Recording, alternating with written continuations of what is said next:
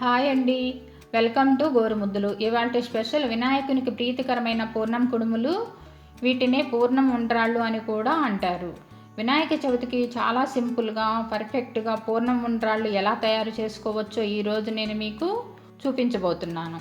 ముందుగా 1 కప్పు పచ్చిశనగపప్పు తీసుకుని కడిగి కుక్కర్లో వేసుకుందాం. మనం ఏ కప్పుతో అయితే పచ్చిశనగపప్పు తీసుకుంటున్నామో అదే కప్పుతో 3 కప్పులు వాటర్ పోసుకోవాలి.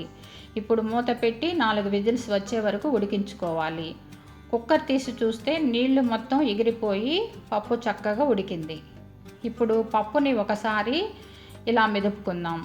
మెదుపుకున్న ఈ శనగపప్పులో 1 కప్పు బెల్లం వేసి కలిపి బెల్లం కరిగి కొంచెం దగ్గర పడ్డాక ఇప్పుడు 1 టేబుల్ స్పూన్ పచ్చి కొబ్బరి తురుము, 1 టేబుల్ స్పూన్ యాలకుల పొడి, 1 టేబుల్ స్పూన్ నెయ్యి వేసి బాగా కలిపి 5 నిమిషాలు లో ఫ్లేమ్లో బాగా దగ్గర పడే వరకు ఉడికించుకోవాలి.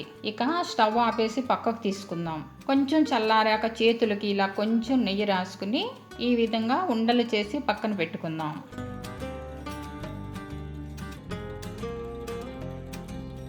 ఇప్పుడు ఒక పాన్ తీసుకుని అందులో 1.5 కప్పు వాటర్ పోసి 2 టేబుల్ స్పూన్ల పంచదార, 1 టేబుల్ స్పూన్ నెయ్యి వేసి కలుపుకుందాం. 1.5 కప్పు బియ్యం పిండిని తీసుకుని మరుగుతున్న వాటర్లో పోసి కలపాలి. వాటర్ అంతా బియ్యం పిండిలో మిక్స్ అయ్యేలా బాగా కలుపుకోవాలి. ఇప్పుడు ఒక 5 నిమిషాలు మూత పెట్టి ఉంచుదాం. మూత తీసి అంతా ఒకసారి చక్కగా కలుపుకోవాలి. ఇక స్టవ్ ఆపేసి పక్కకు తీసుకుందాం. కొంచెం వేడిగా ఉన్నప్పుడే చేతులు తడి చేసుకుంటూ ఇలా బాగా ప్రెస్ చేస్తూ చపాతీ పిండిలా కలపాలి.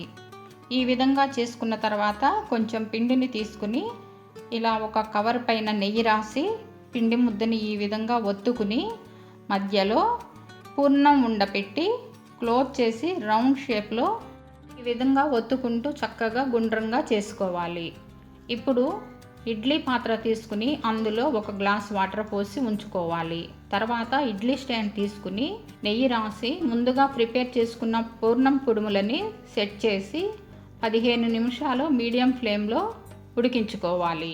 అంతే, వినాయకుడికి ఎంతో ఇష్టమైన పూర్ణం ఉండ్రాళ్ళు రెడీ అయిపోయాయి. వినాయక చవితి రోజు ఇలా చాలా సింపుల్గా వినాయకునికి ఎంతో ఇష్టమైన పూర్ణం కుడుములు చేసి నైవేద్యం సమర్పించవచ్చు. ఒకసారి వీటిని కట్ చేసి చూద్దాం.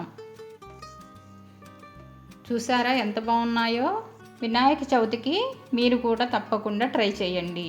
ఈ వీడియో కనుక మీకు నచ్చినట్లయితే లైక్ చేయండి, 10 మందికి షేర్ చేయండి.